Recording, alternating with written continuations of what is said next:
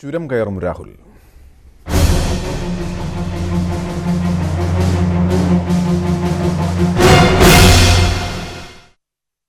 നാമനിർദ്ദേശ പത്രിക സമർപ്പിക്കാൻ രാഹുൽ ഗാന്ധി നാളെ കേരളത്തിലെത്തും. രാഹുലിനെ നേരിടാൻ CPM-ന്റെയും CPI-യുടെയും പ്രത്യേക കൺവെൻഷനുകൾ ഇന്ന് ചേരും. NDA സ്ഥാനാർത്ഥി തുഷാർ വെള്ളാപ്പള്ളി വയനാട്ടിലെത്തി. വിവരങ്ങളുമായി വയനാട്ടിൽ നിന്ന് മനു ഭരത് ചേരുന്നു. മനു, നാളെ അദ്ദേഹം എത്തും. എന്തൊക്കെയാണ് അവിടുത്തെ സാഹചര്യം? എന്തൊക്കെയാണ് LDF ക്യാമ്പിന്റെ നേതൃത്വത്തിൽ നടക്കുന്നത്? വിവരങ്ങൾ.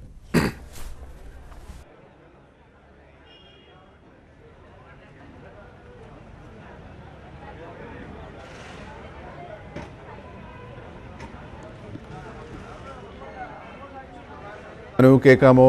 കോൺഗ്രസ് ക്യാമ്പിലെ ഒരുക്കങ്ങൾ എന്തൊക്കെയാണ്? മറു ക്യാമ്പിന്റെ തന്ത്രങ്ങൾ എന്തൊക്കെയാണ്? വയനാട്ടിലെ ഏറ്റവും പുതിയ വിവരം എന്താണ്? ഗോപി, ഞാനിപ്പോൾ നിൽക്കുന്നത് ഈ കൽപ്പറ്റയിലുള്ള CPM-ന്റെ പ്രവർത്തക യോഗം നടക്കുന്ന കേന്ദ്രത്തിലാണ്. ഇവിടെ ജില്ലാ കമ്മിറ്റി അംഗങ്ങളും അതുപോലെ തന്നെ ഏരിയ കമ്മിറ്റി അംഗങ്ങളും എല്ലാം തന്നെ ഈ തെരഞ്ഞെടുപ്പ് അവലോകന യോഗത്തിൽ എത്തിയിരിക്കുന്നു. CPM സംസ്ഥാന സെക്രട്ടറി കോടിയേരി ബാലകൃഷ്ണൻ അല്പസമയത്തിനകം ഇവിടെ എത്തിച്ചേരും. ഈ യോഗം നൽകുന്ന ഒരു സൂചന, രാഹുൽ ഗാന്ധി വയനാട്ടിലെത്തുമ്പോൾ ഒരു സാധാരണ തെരഞ്ഞെടുപ്പായി അത് വിട്ടുകൊടുക്കേണ്ട കാര്യമില്ല എന്ന നിലപാടാണ് പൊതുവെ ഇടതുപക്ഷം സ്വീകരിക്കുന്നത്. ഈ ഘട്ടത്തിൽ ആണ് ശക്തമായ ഒരു പ്രചരണ പരിപാടിയുമായി മുന്നോട്ട് പോകാൻ ഇവർ ആലോചിക്കുകയും ചെയ്യുന്നു.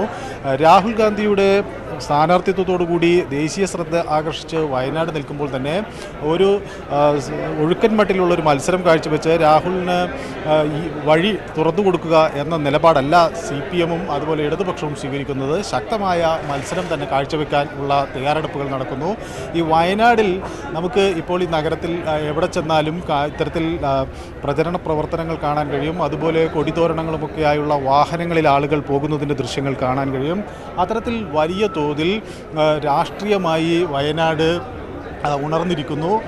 രാഹുൽ ഗാന്ധി വരുന്നതോടുകൂടി തന്നെ വലിയ ശക്തമായ ഒരു പ്രചരണ പരിപാടിക്ക് തുടക്കം കുറിച്ചിരിക്കുന്നു. തുഷാർ വെള്ളാപ്പള്ളി അല്പസമയം മുമ്പ് വയനാട് ജില്ലയിലേക്ക് എത്തിക്കഴിഞ്ഞിരിക്കുന്നു.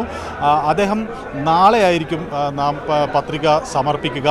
രാഹുൽ ഗാന്ധിയും നാളെ എത്തും. മറ്റന്നാളോടുകൂടി രാഹുൽ ഗാന്ധിയും പത്രിക സമർപ്പിക്കും. വലിയ ഒരു രാഷ്ട്രീയ പോരാട്ടത്തിന് തന്നെയാകും വയനാട് സാക്ഷ്യം വഹിക്കുക എന്ന സൂചനകൾ നൽകിക്കൊണ്ടാണ് ഇവിടെ നിന്നുള്ള ദൃശ്യങ്ങൾ നമുക്ക് കാണാൻ കഴിയുന്നത്. എല്ലാ അർത്ഥത്തിലും ശക്തമായ ഒരു പോരാട്ടത്തിനുള്ള സാധ്യത.